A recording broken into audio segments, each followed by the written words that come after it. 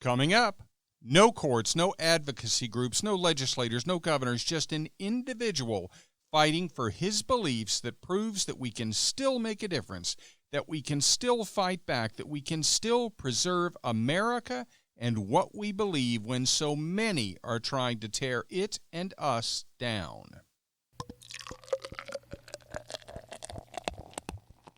Welcome back to Political Spirits. I'm your host, Franklin Rye.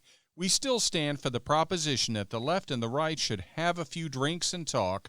Compromise is not a requirement. If those discussions result in us changing or even abandoning our positions, that's fine. If they don't, that's fine too. We just need to talk to each other. In that way, we can unify through speech. And if the discussion becomes a bit heated at the end of the night, we should still be able to split up the bar tab and be on our way. So what are we going to talk about this week? Let's start by talking about one of the things that I've found the most frustrating about the leftist leadership of many of the large cities in America, and that's the politicization of the law enforcement process. One of the things which makes America a safe place to invest is a well-developed and stable legal system. You might have an objection to a particular law. For example, lots of people object to laws criminalizing possession of marijuana, but you should be able to be confident that the laws are not deliberately enforced differently against different sets of individuals based on their political beliefs. Sure, there's always been corruption where police take it easy on the kids of local or prominent politicians, and you don't have to look far to find prosecutors taking it easy on well-connected public figures. Jussie Smollett, anyone? I'm not excusing those instances. I'm just acknowledging that most people recognize they do occur. I'm talking about something much more insidious that seems to be growing in blue cities, and that's instances where treatment of people engaged in violent conduct during or in connection with protests seems to be dependent on the politics of the protest. And if the protesters turned rioters are in support of left-wing positions and they happen to get arrested, there seem to be far too many instances of them being released with charges dropped, notwithstanding the evidence of violent conduct. Or even if the violent attacks are well publicized and the pursuit of the attackers for prosecution seems to drag on forever. That's the situation I'm going to talk about now.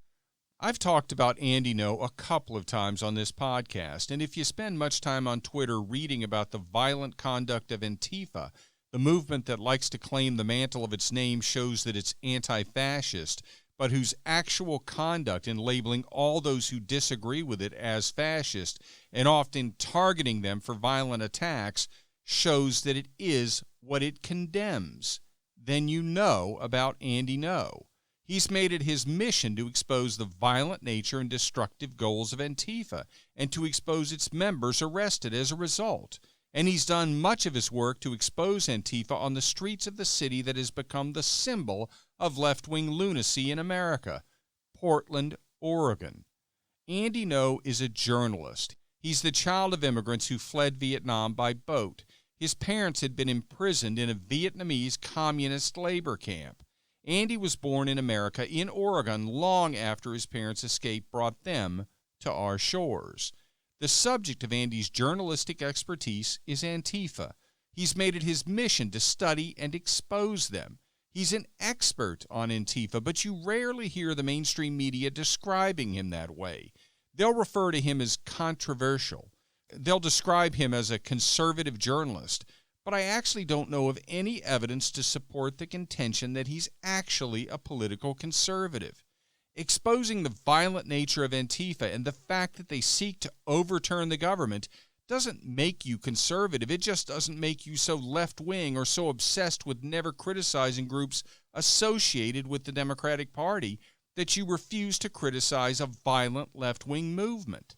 I've met Andy Ngo. He's a diminutive, quiet-spoken journalist who's restricted the subject of his discussion when I've been there to Antifa and associated organizations. I've never heard him endorse a political candidate. I've never heard him talk about defense spending or budget questions or abortion or any of a host of issues which might reveal him as a political conservative depending on the opinions expressed. But that hasn't stopped the media from describing him as one. And when you think about the work that he's actually doing, exposing a movement regularly engaged in what I would describe as domestic terrorism, it really tells you just how committed most of the media is to protecting anything associated with the Democratic Party or opposed to President Trump and the Republican Party. Andy Ngo first came to many people's attention when he was attacked and beaten covering an Antifa counter-protest to a Proud Boys protest in June 2019, in Portland, of course. He was beaten so severely that he suffered a subarachnoid hemorrhage or brain bleed. We've all seen the video of him being hit with a milkshake, but that doesn't sound like much of an attack until you realize that some of those milkshakes were purportedly laced with quick-drying cement. But he was also kicked and punched on video, not to mention the portions of the attack that weren't caught on video.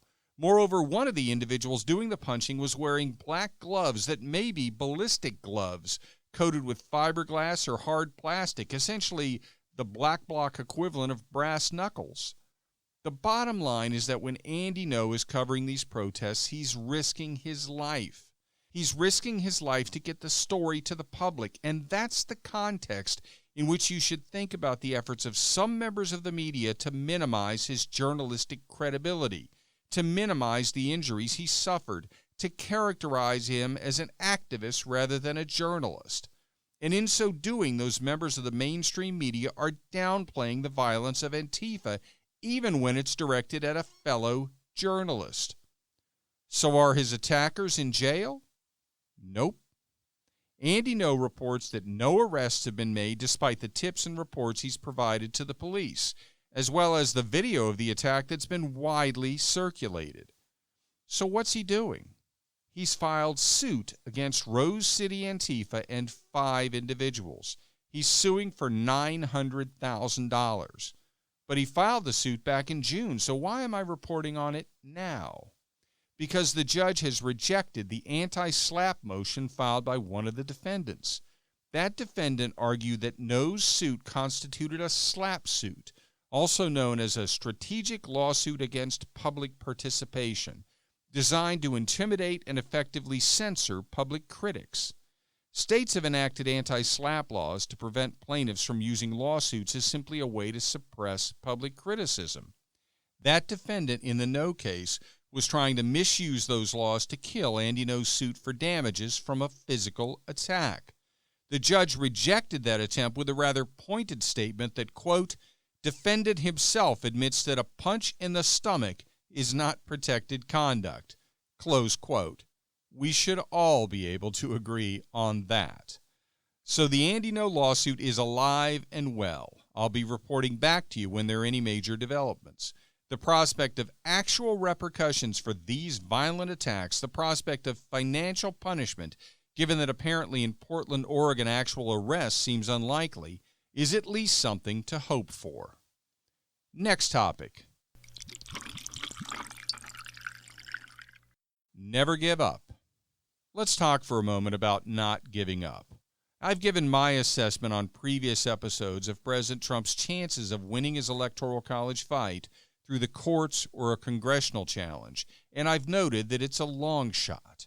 But I respect the fact that President Trump keeps fighting, and I reject the arguments of those who claim that it's unpresidential or bad for the country for President Trump to fight back, given the way this election was conducted.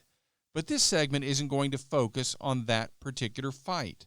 I hope that President Trump finds a way to win, but if he doesn't, we mustn't give up hope. We have to keep fighting. And I'm not just talking about political battles.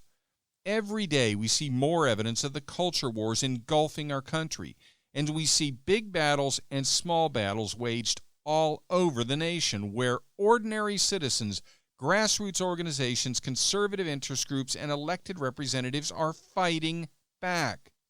We see high school girls losing their opportunities for gold medals and scholarships because they're forced to compete against transgender girls who are biologically male and therefore have an advantage in strength, speed, and lung capacity. And we're seeing those girls who were placed at a disadvantage fight back in the courts, as they've done in Connecticut.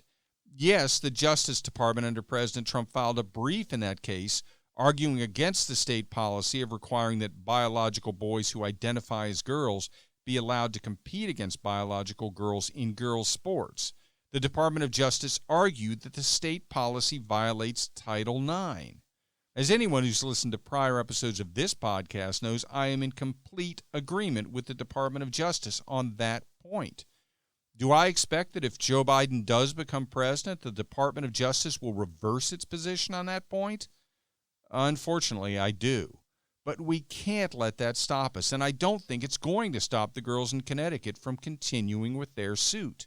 And I don't think it's going to stop state legislatures either. That's right, we've seen state legislatures finally start to take action against the transgender athletic lunacy that threatens the very existence of girls and women's sports. 17 states have filed bills to try to protect girls' sports from competition by transgender girls who are biologically boys. So far, one state, Idaho, has passed the legislation. Predictably, it's tied up in court challenges, but it won't be the last state to do so. And the presence of Joe Biden in the Oval Office, if God forbid that happens, won't stop other states from pursuing it. And we also saw a big win on the culture war front that arose out of a win in the Fifth Circuit Court of Appeals recently. I bet you didn't hear about it. It's the kind of thing that the mainstream media will never mention. And the fact that I've included it under the heading of a culture war win is perhaps evidence of just how far the country has degenerated. Because the cultural issue in this case is the First Amendment.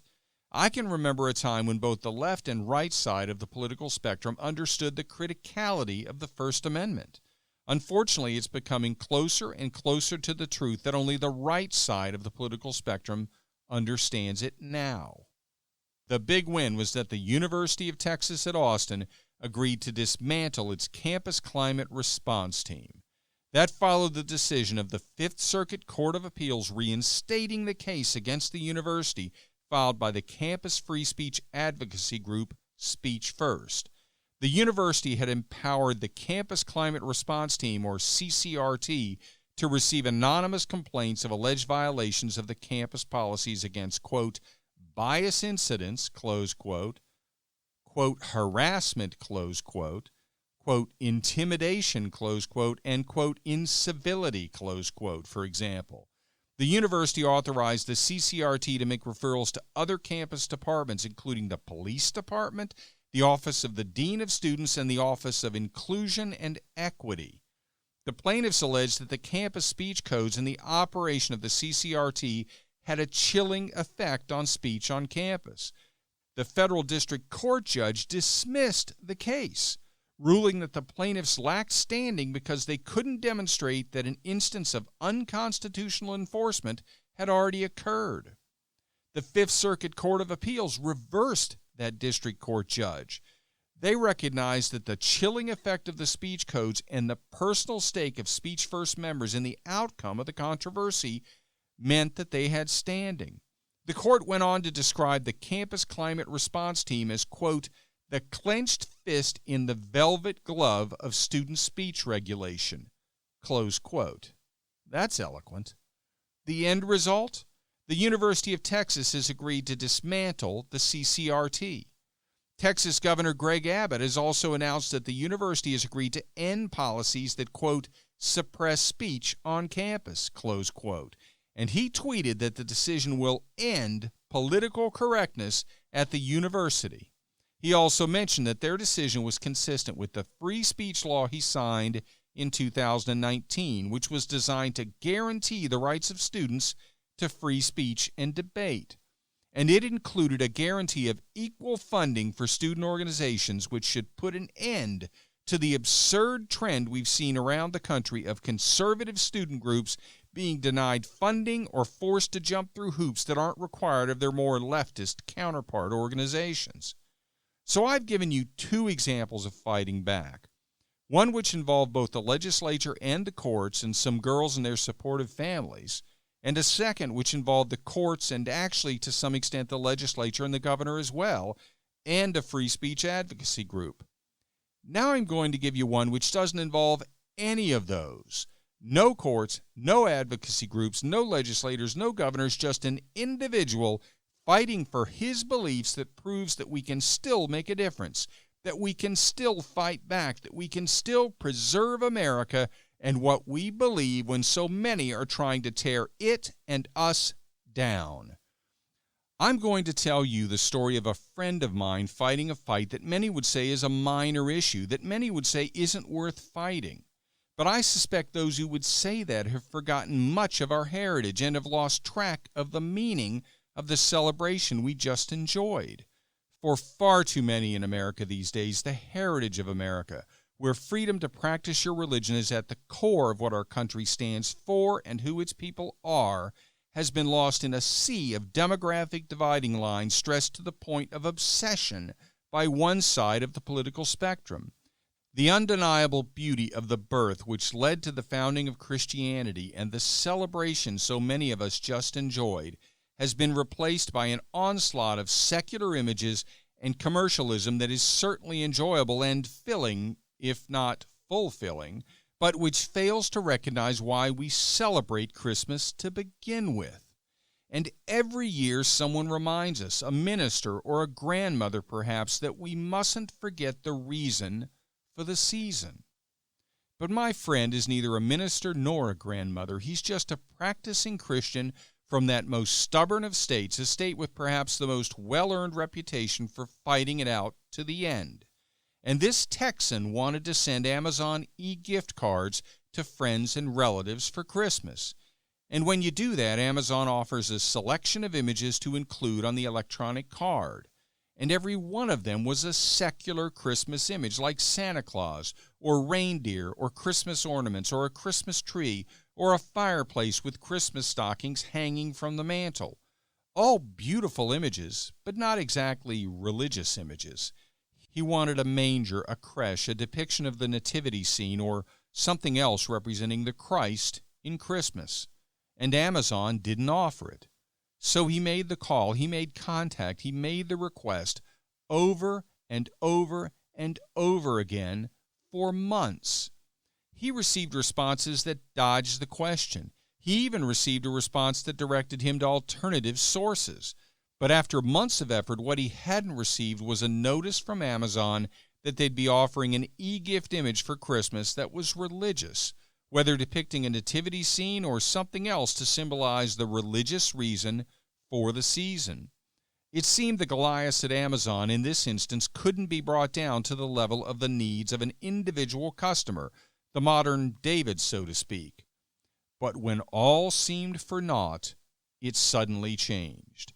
Just under 2 weeks before Christmas, my friend received a call from Amazon committing to post a traditional Christmas imagery gift card option, and that they would do so within 24 hours. Now, when you select a standard format e-gift card image on Amazon and you check the box for Christmas, 53 images come up, and currently the third image displayed is a beautiful silhouette of a couple under a shelter huddled over their baby Jesus in a cradle with the three wise men lined up outside bearing gifts. The entire scene labeled with the words we hear too little, Merry Christmas, all illuminated by the Star of Bethlehem or Christmas star. What a beautiful image, a fitting reward for one man's dedication. You might think it's a minor win. The issues we face are much bigger and far more numerous, but I think that misses the point. There are so many of us, so many who recognize the country is heading in the wrong direction, so many who recognize that we have to turn this around. The question is whether we'll keep trying, whether we'll keep the faith, so to speak. We must. We can't let ourselves be silenced. And when we're tempted to be silenced, tempted to go with the flow, just think of the efforts of one man on one seemingly small issue and one massive company, and how in the end, by never giving up, he won. Take that and amplify it by the millions upon millions of us and envision what we can achieve with the same refusal to give up. And I'll be back next week amplifying my voice through this podcast, as always. Please be sure to listen and tell your friends to do so as well, and like the podcast on Facebook at Political Spirits. And follow me and the podcast on Twitter at Franklin Rye. And remember, all episodes are now on YouTube as well, and the YouTube channel is named Political Spirits Network. If you're watching on YouTube, be sure to like and subscribe and hit the notification bell, and select all after you hit the bell. This is Franklin Rye. Thank you for listening.